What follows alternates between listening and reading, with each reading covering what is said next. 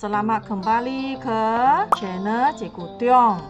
Hari ini kita akan belajar tajuk pertama semester 4 iaitu tajuk penakulan logik. Tajuk ini boleh kita dapat dekat buku teks SPM tingkatan 4 tajuk yang ketiga. Dalam unit ini, pelajar akan belajar dua perkara sahaja. Pernyataan. Perkara yang kedua, kita akan belajar hujah. Apa dia pernyataan? Pernyataan ialah suatu ayat yang dapat ditentukan nilai kebenarannya iaitu sama ada benar atau palsu, tetapi bukan kedua-duanya. Jadi pernyataan dekat sini, kita boleh bahagikan dia kepada dua jenis, iaitu pernyataan yang benar, pernyataan yang palsu. Ayat tanya, ayat seruan, dan ayat perintah, bukan pernyataan. Ayat-ayat ini tidak dapat ditentukan kebenarannya. Semua ialah guru yang sangat tegas, iaitu dia dapati sedikit kesilapan memang palsu. Kalau sebilangan adalah guru yang sangat linear, iaitu dia sentiasa nak cari kelakuan yang baik. Asalkan ada sedikit kelakuan yang baik, memang dikira benar. Kita menggunakan perkataan tidak atau bukan untuk menafikan suatu pernyataan. Penafian pernyataan P ditulis sebagai tiada P, tiada P. Jadi untuk pernyataan, sekarang kita main dengan dua perkataan yang baru lagi, iaitu dan atau, supaya kita boleh gabungkan kedua-dua ayat tunggal kepada ayat majmuk. pernyataan majmuk ialah gabungan dua atau lebih pernyataan dengan menggunakan perkataan dan atau. Perkataan dan dalam pernyataan matematik, dia membawa maksud kedua-duanya. Manakala perkataan atau membawa maksud salah satu atau kedua-duanya. Kalau dia dan, dia adalah guru yang sentiasa nak cari salah. Asalkan dia jumpa satu yang salah, dikira salah. Jadi, cikgu kategorikan dia sama seperti perkataan semua. Dia nak tengok semua betul, barulah dia bagikan betul.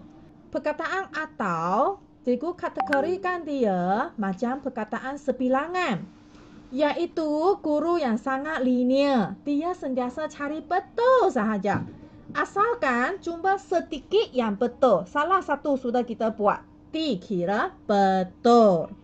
Kita teruskan dengan topik 4, 5 dan 6. Yang keempat, kita akan belajar membina pernyataan dalam bentuk implikasi. Ada dua jenis implikasi, iaitu jika P maka Q.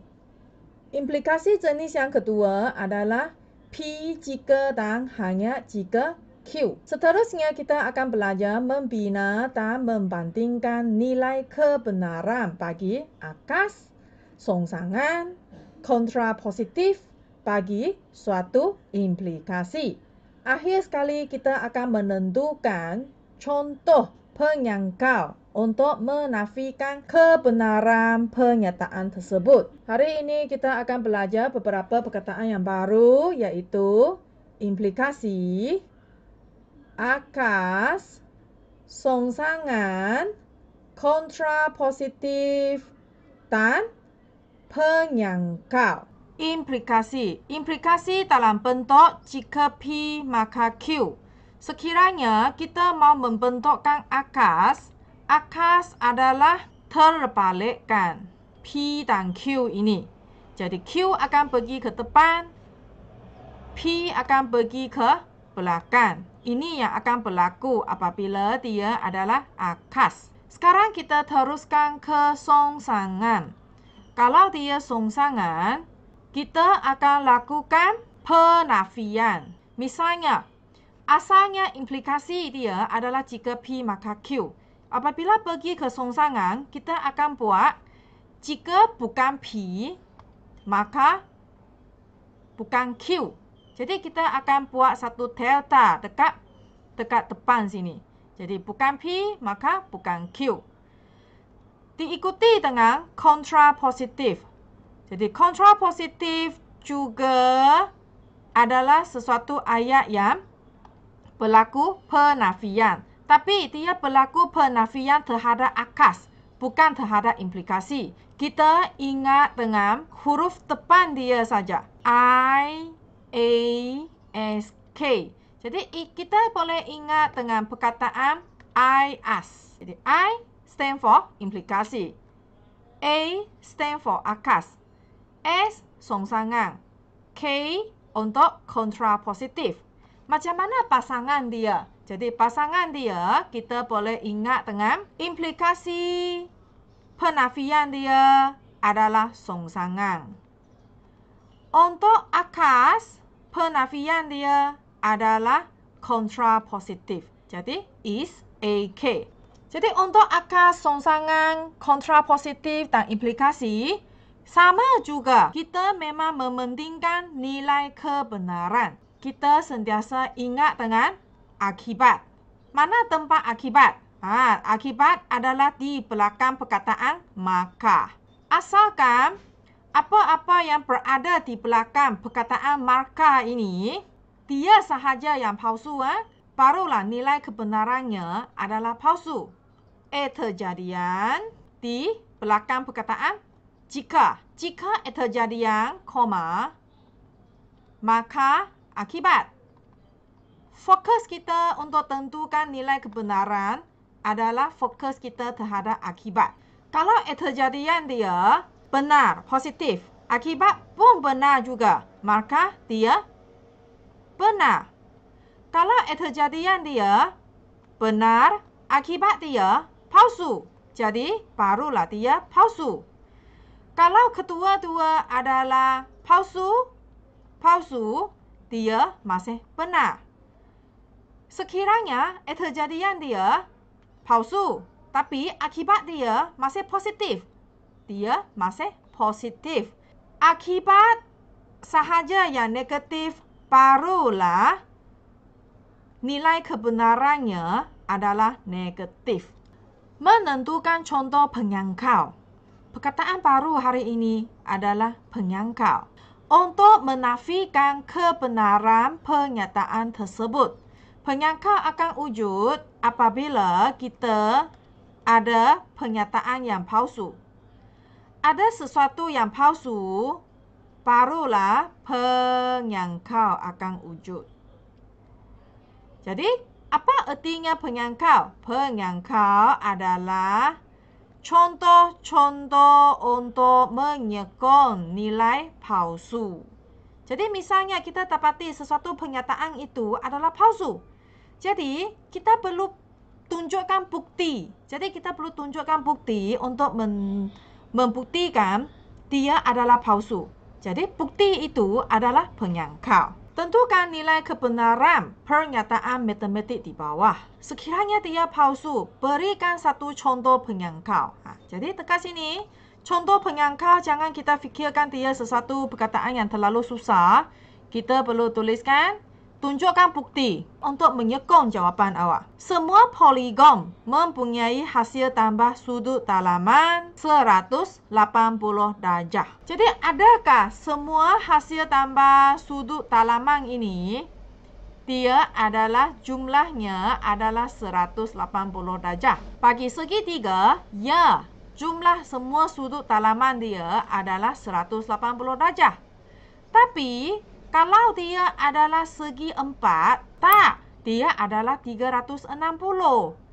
Jadi, dia gunakan perkataan semua. Semua adalah guru yang sangat tegas. Asalkan ada sedikit, ada satu contoh yang salah, memang tetap dia adalah palsu.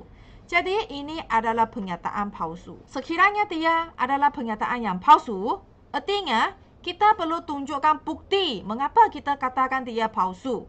Jadi kita perlu tunjukkan bukti kerana segi 4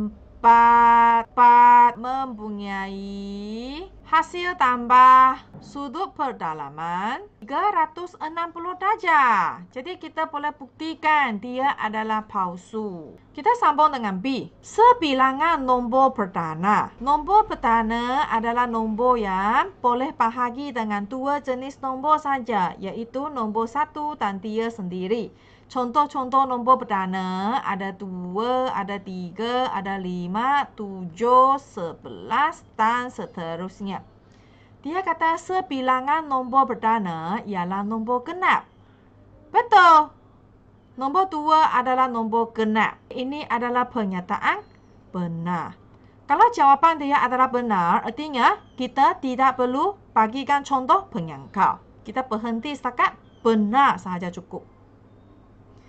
Untuk C, 4 tan. Ya, sekarang perkataan yang dia guna adalah tan. Tan adalah guru yang sangat tegas. Dia nak cari salah saja supaya jadikan dia palsu. Sekarang kita mau semak, adakah dia ada? Dapatkah kita jumpa kesilapan yang berlaku supaya kita jadikan dia palsu? 4 ialah faktor bagi 20. Faktor bagi 20 ada 1, dia boleh bahagi dengan 1, hasilnya 20. Boleh bahagi dengan 2, hasilnya 10. 3 tak dapat, 4 dapat. Hasilnya 5. Sekarang kita semak. 4 ialah faktor bagi 20. Okey, 4 memang betul.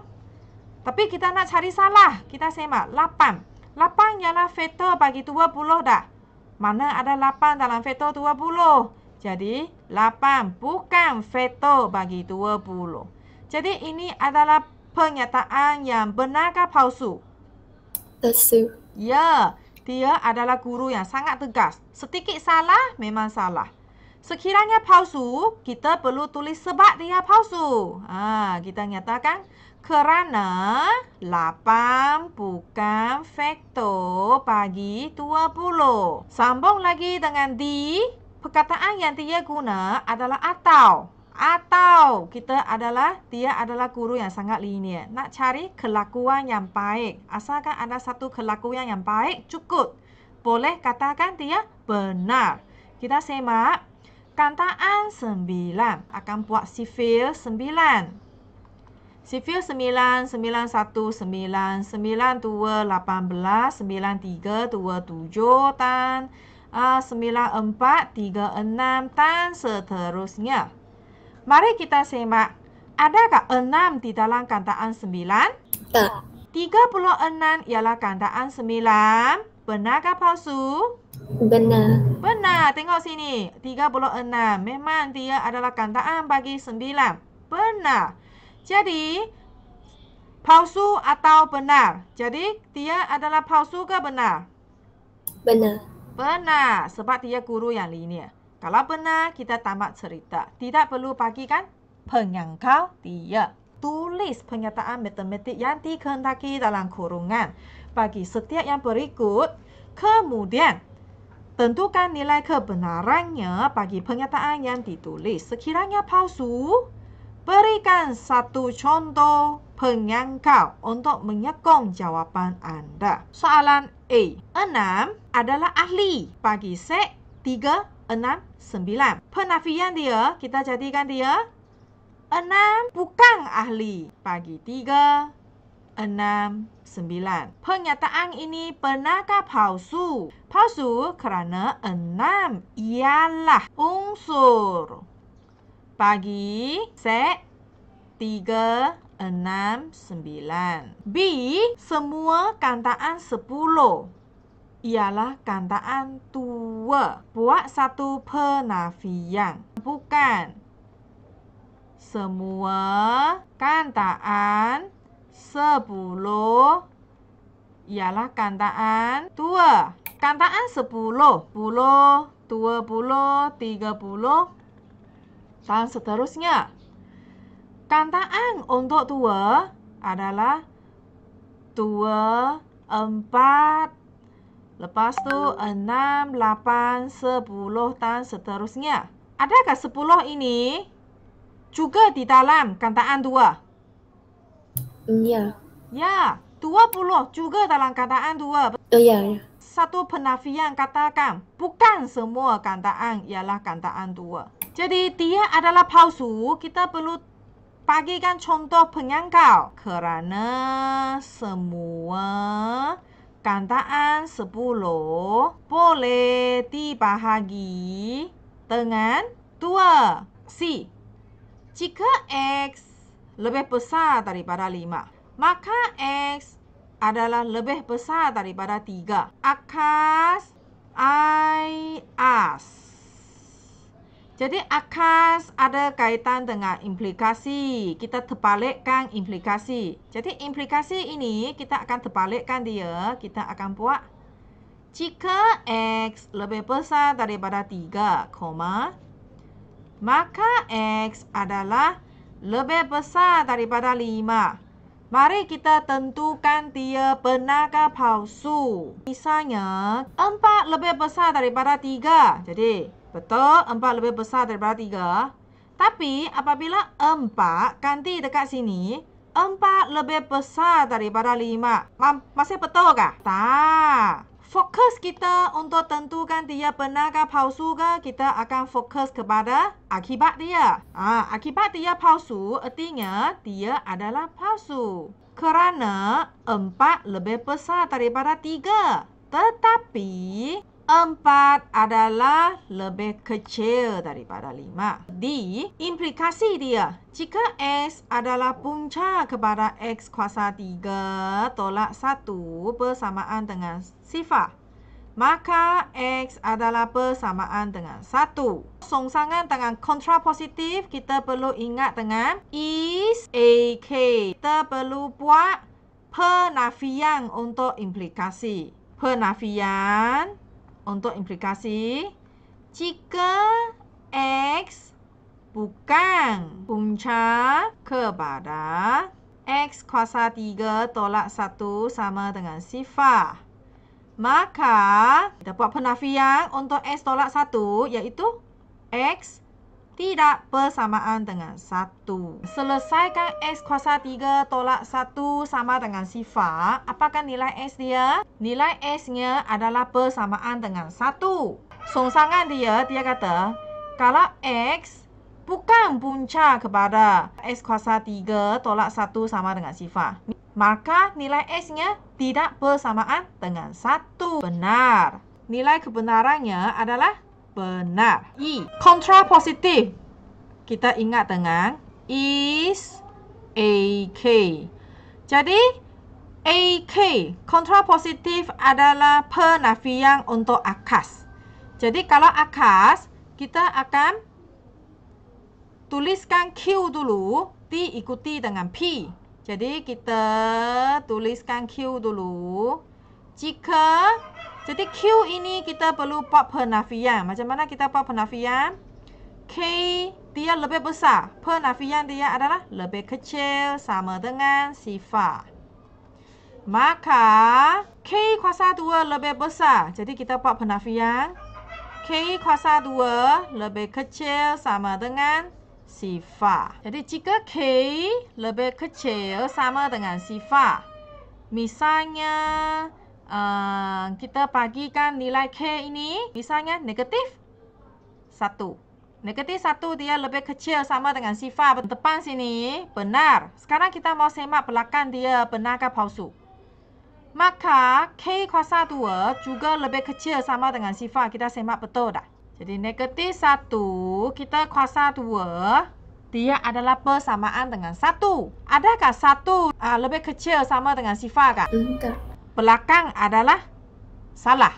Untuk implikasi, kita pentingkan akibat. Kalau akibat dia adalah palsu, artinya dia adalah palsu ke benar? Palsu. Palsu. Sekarang kita letak ini adalah palsu. Kalau palsu, perlu tunjukkan bukti. Kerana misalnya cikgu letak negatif 1. Negatif 1 betul dia lebih kecil sama dengan sifar.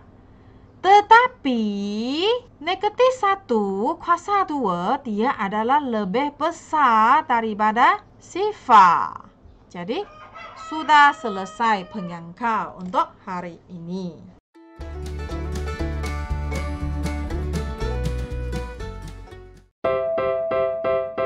Terima kasih cikgu. Ya, welcome. Terima kasih cikgu. Okay, bye.